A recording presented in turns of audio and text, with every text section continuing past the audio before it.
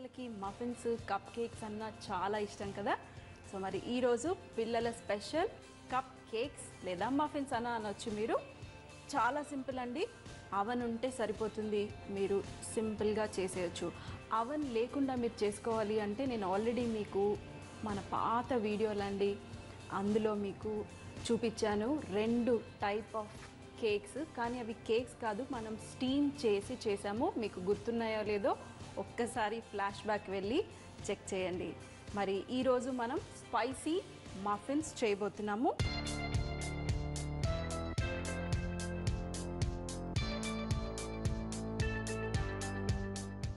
ఒక కప్పు మైదా పిండి తీసుకోవాలి.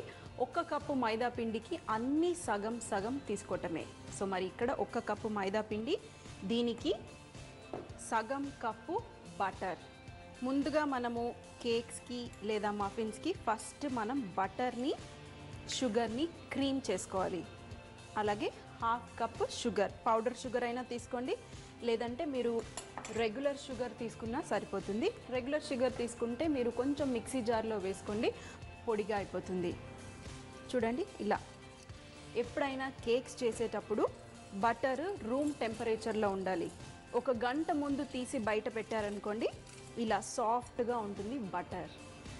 సో చూడండి, క్రీమ్ చేసేసాను కదా.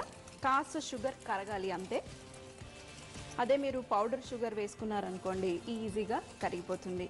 ఇందులో మనం 1 గుడ్డు, ఈ 1 కప్పు మైదా పిండికి మీరు ఒక 6 మఫిన్స్ చేసుకోవచ్చు. గుడ్డు కూడా మీరు ఒక బౌల్లోనైనా బీట్ చేసుకోవచ్చు, లేదంటే డైరెక్ట్గా ఇలా కూడా బౌల్లో వేసుకుంటూ మీరు కొడితే సరిపోతుంది. లేదంటే ఒక చిన్న బౌల్లో తీసుకొని ఫస్ట్ గుడ్డుని విస్క్ చేసి కూడా మీరు ఇందులో కలుపుకోవచ్చు. ఇలా కొద్ది కొద్దిగా వేయటం వల్ల ఏమవుతుందంటే మనకి ఈ మిక్చర్ బ్రేక్ అవ్వకుండా, అంటే పగలకుండా ఉంటుంది. చూడండి, మనకి ఈ గుడ్డు బటర్ చక్కగా మిక్స్ అయిపోయింది. ఇప్పుడు మనం ఇందులో పిండి వేయబోతున్నాము. చాలా సింపుల్, ఈజీగా చేసుకోవచ్చు. సో ఈ పిండిలో మనం చిటికెడు బేకింగ్ పౌడరు, అలాగే దాల్చిన చెక్క పొడి అన్నీ ఈ మైదా పిండిలో వేసుకోండి. అలాగే మిరియాల పొడి, కాస్త కిస్మిస్ ఫైన్గా మీరు చాప్ చేసుకుంటే సరిపోతుంది, లేదంటే డైరెక్ట్గా కూడా వేసుకోవచ్చు. కాజు, ఇవన్నీ మనం ఒక్కసారి మిక్స్ చేసుకుందాం. ఇలా వేయటం వల్ల ఏమవుతుందంటే మనకి పొళ్ళన్నీ ఈ పిండిలో కలిసిపోతాయి. చూడండి, మిక్స్ అయిపోయిందా. ఇప్పుడు మనం ఈ మిక్చర్ని ఈ గుడ్డు మిక్చర్లో వేయటమే.